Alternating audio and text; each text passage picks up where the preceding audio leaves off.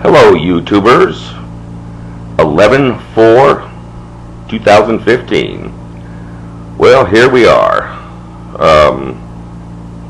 I normally don't do the night videos because of the lighting, but I was compelled to at least speak a few minutes on an article I just ran across.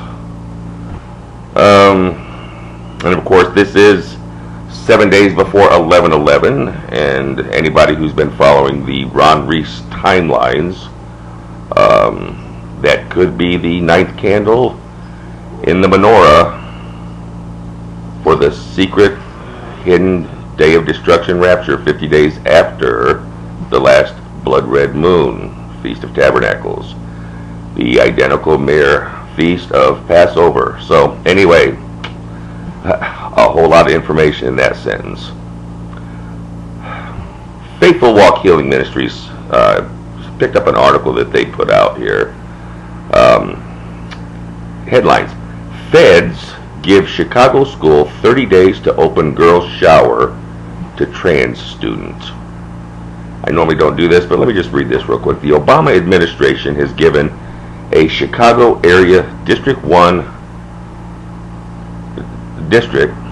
month to allow a transgender student full use of a girl's locker room, or else it could be stripped of millions of federal funding. The Civil Rights Office of the United States Department of Education has deemed the Township High School District 211 in Palatine, Illinois has violated Title IX, a law that prohibits discrimination based on sex because it will not grant an unidentified biological male student unconditional use of the girls' locker room and showers. Just regular use is not good enough. 10 minutes before the girls, or he wants unconditional access. Now, is there a different agenda going on here, folks? I mean, what's the deal? They responded, the school district, the students in our schools are teenagers, not adults, and one's gender is not the same as one's anatomy. That's a bunch of goobly double talk, isn't it, folks? Superintendent Daniel Cates said in a statement to the OCR, boys and girls are in separate locker rooms where there are open changing areas and open shower facilities for a reason. Still not sure what he's saying there, except they should be separated.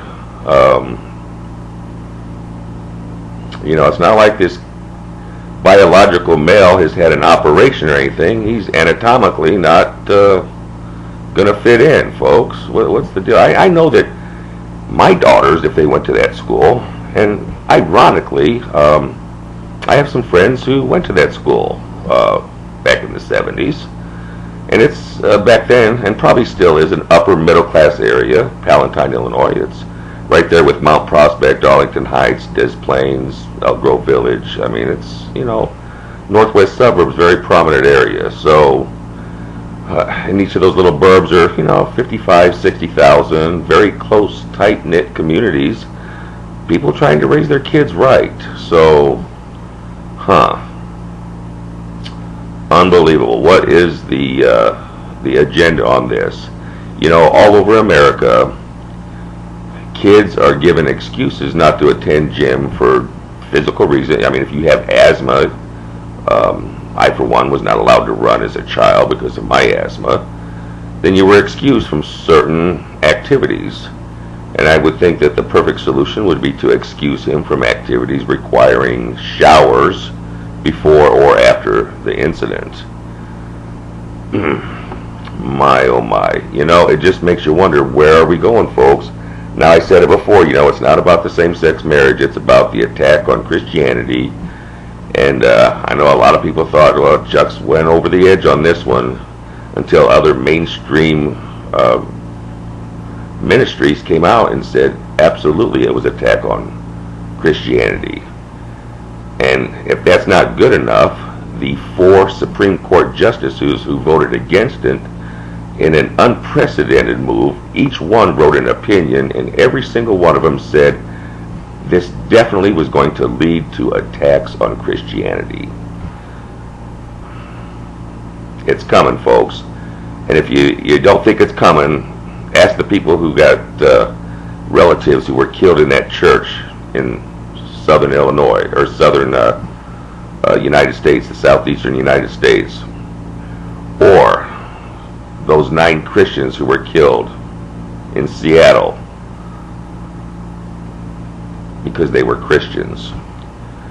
So anyway, folks, once again, I cannot stress enough the importance of writing a letter to your local senator, your local congressman, when there's something like this. You know, I know you people think it doesn't make a difference, but you know, I know you guys have watched Duck Dynasty. Remember Cy and how the network came against him because some of the things he said, but Christians stood up when they thought they were going to oust him off the show, and when they stood their ground, they backed off.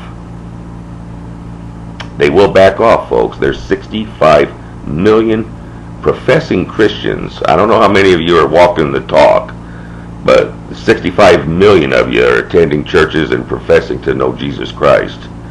And you cannot take the attitude. One person, Madeleine O'Hary, took prayer out of school because the Christians said, "Oh, we'll pray at home." And then it was just 10 years later, well, that abortion thing, that's for sinners. Our children would never have an abortion. Folks, what are you saying now, that your children won't be transgender or gay? You need to step up and protect the religious rights of clergy, of elected officials who have religious beliefs. You can do what they did in North Carolina. Those magistrates and those ministers do not have to marry a same-sex marriage based on their religious belief. There still is power in local, statewide government. Before it's federalized, use it or lose it.